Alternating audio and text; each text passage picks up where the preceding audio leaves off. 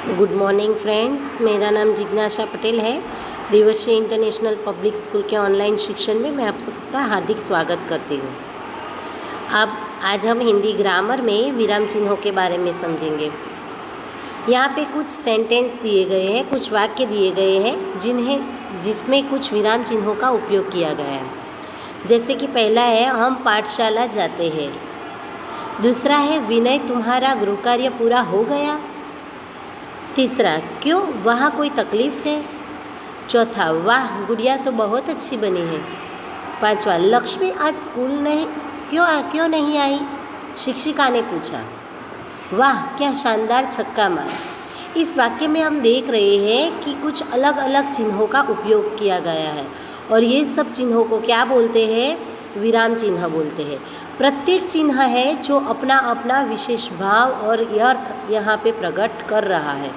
किसी भी भाषा को बोलते पढ़ते समय, यानी कि संस्कृत, हिंदी या गुजराती, किसी भी भाषा को बोलते समय या पढ़ते समय उसका जो अर्थ है उसे स्पष्ट करने के लिए वाक्य के बीच में या वाक्य के अंत में रुकना पड़ता है और इसी रुकावट के संकेत देने वाले जो चिन्ह है उसको क्या बोलते हैं, विराम चिन्ह बोलते हैं। ऐसे कई विराम चिन्ह हैं जिसे एक एक करके हम समझेंगे। पहला है पूर्ण विराम। लिखते समय जिस स्थान पर वाक्य पूर्ण होता है वहाँ पूर्ण विराम का चिन्ह रखा जाता है, यानी कि वाक्य पूरा होता है वहाँ पे पूर्ण विराम का चिन्ह रखा जाता है।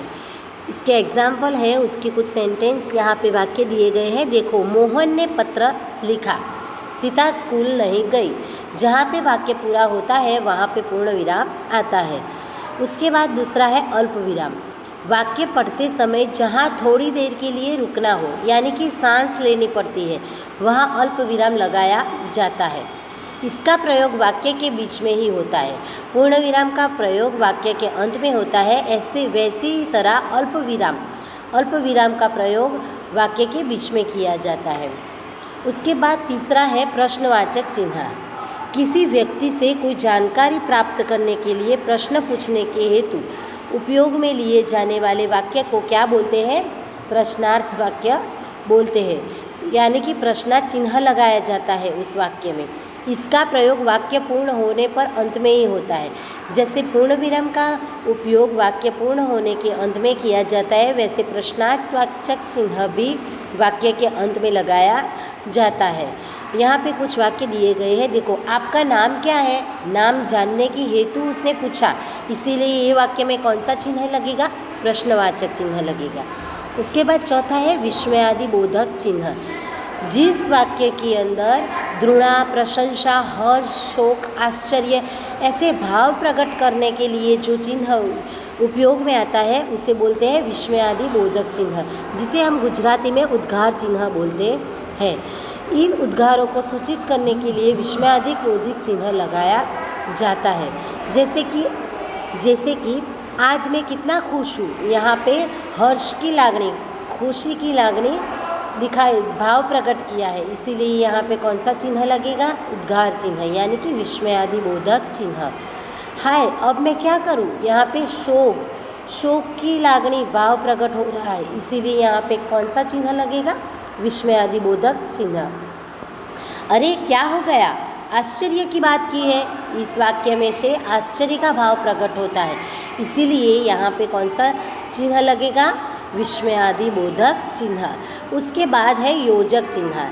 जैसे कि इंग्लिश में, हिंदी में, गुजराती में दो सामासिक शब्दों को जोड़ने के लिए बीच में जो डैश करते हैं ना, उसको क्या बोलते हैं, योजक चिन्ह। जैसे कि छोटा बड़ा, सुख दुख, पाप पुण्य, माता पिता, देश विदेश, वैसे यहाँ कोई छोटा बड़ा नहीं है। यहाँ पे इस वाक्य में देखो, छोटा बड़ा के बीच में जो डैश किया हो इसको क्या बोलते हैं, योजक चिन्ह। उसके बाद है निर्देशक। वाक्य में किसी बात की स्पष्टता करने के लिए, यानी कि निर्देश करने के लिए जो चिन्ह उपयोग में आता है उसे क्या बोलते हैं, निर्देशक चिन्ह। ये जैसे कि दुकानदार, आपको क्या चाहिए, ग्राहक, इस पुस्तक का क्या दाम है, क्या मूल्य है, तो दुकानदार बोल रहा है यह 25 रुपये की है। दुकानदार वो बुक की कीमत निर्देश कर रहा है, इसीलिए दुकानदार के बाद जो चिन्ह लगाया गया है उसे कौन सा चिन्ह बोलते हैं, निर्देशक चिन्ह। उसके बाद है कोष्ठक। किसी शब्द के अर्थ को स्पष्ट करने के लिए कोष्ठक का प्रयोग होता है। कई बार हम पाठ देखते हैं ना, पुस्तक में पाठ पढ़ते समय देखते हैं कि कोई शब्द दिया है, उसका दूसरा अर्थ समानार्थी शब्द देने के लिए जो अर्थ स्पष्ट करता है उसे लिखने के लिए जो कंस, गुजराती में उसे कंस बोलते हैं, हिंदी में उसे कोष्ठक बोलते हैं। जैसे आज विद्युत का उपयोग बढ़ गया है। अभी विद्युत का अर्थ यहाँ पे स्पष्ट करने के लिए विद्युत के बाजू में क्या लिखा है कंस में? बिजली। उसी तरह विरुद्धार्थी शब्द लिखिए। विरुद्धार्थी का अर्थ स्पष्ट करने के लिए यहाँ पे कंस में यानी कि कोष्ठक में क्या लिखा है? विलोम। तो ऐसे ही कोष्ठक का विराम चिन्ह का उपयोग वाक्य में होता है। उसके बाद है लास्ट अवतरण चिन्ह। अवतरण चिन्ह दो प्रकार के, एक है इखरा और दूसरा है दुहरा। इखरा का उपयोग कब होता है और दुहरा का उपयोग कब होता है? इखरा का उपयोग जब हम किसी का शीर्षक, किसी पुस्तक का शीर्षक, किसी कहानी का शीर्षक दे रहे होते हैं तभी, यानी कि किसी का उपनाम देते हैं, किसी रचना का नाम देते हैं, तब इखरा अवतरण चिन्ह का उपयोग होता है। जैसे कि समझदार नन्ही, ये शीर्षक लिखना है कहानी का, तो हम इखरा अवतरण चिन्ह का उपयोग कर सकते हैं। दयालु शिकारी। फिर है उपनाम। सूर्यकांत त्रिपाठी का उपनाम निराला है, तो यहाँ पे निराला शब्द है जो, उसके आजू बाजू हम क्या करेंगे? आसपास इखरा अवतरण चिन्ह का उपयोग करेंगे। अब बात रही दोहरा अवतरण चिन्ह की। किसी व्यक्ति की कथनी को मूल रूप में उद्धृत करने के लिए दोहरे अवतरण चिन्ह का प्रयोग किया जाता है।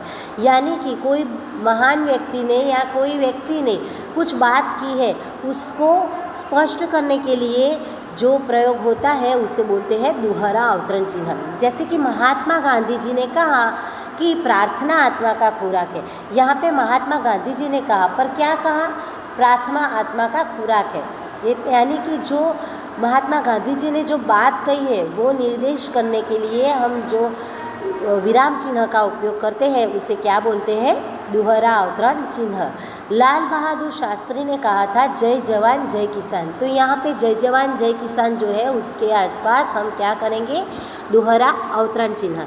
वैसे ही नेहरू चाचा कहते थे आराम हराम है, तो यहाँ पे जो आराम हराम है उसे हम किस में लिखेंगे? दोहरा अवतरण चिन्ह में।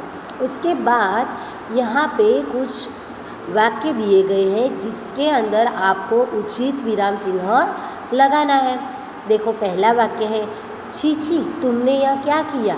तो यहाँ पे जो छी छी शब्द है उसके बाद और लास्ट में, अंत में क्या किया के अंत में कौन सा चिन्ह लगेगा? यहाँ पे लगेगा विस्मयाबोधिक चिन्ह, क्योंकि यहाँ पे द्रुणा यानी कि नफरत की भाव प्रकट होता है। उसके बाद दूसरा है वैशाली ने मयंक से कहा घर चलो। अभी वैशाली ने मयंक से कहा, पर क्या कहा वो सूचित करना, हम कौन सा विराम चिन्ह उपयोग करेंगे? दोहरा अवतरण चिन्ह। उसके बाद है अरे तुम नहीं गए। यहाँ पे प्रश्न वाक्य, अरे तुम नहीं गए। अरे शब्द क्या दर्शाता है? यहाँ पे आश्चर्य दर्शाता है। तो अरे शब्द के बाद आएगा विस्मयाबोधिक चिन्ह और लास्ट में अंत में नहीं गए के अंत में आएगा प्रश्नवाचक चिन्ह।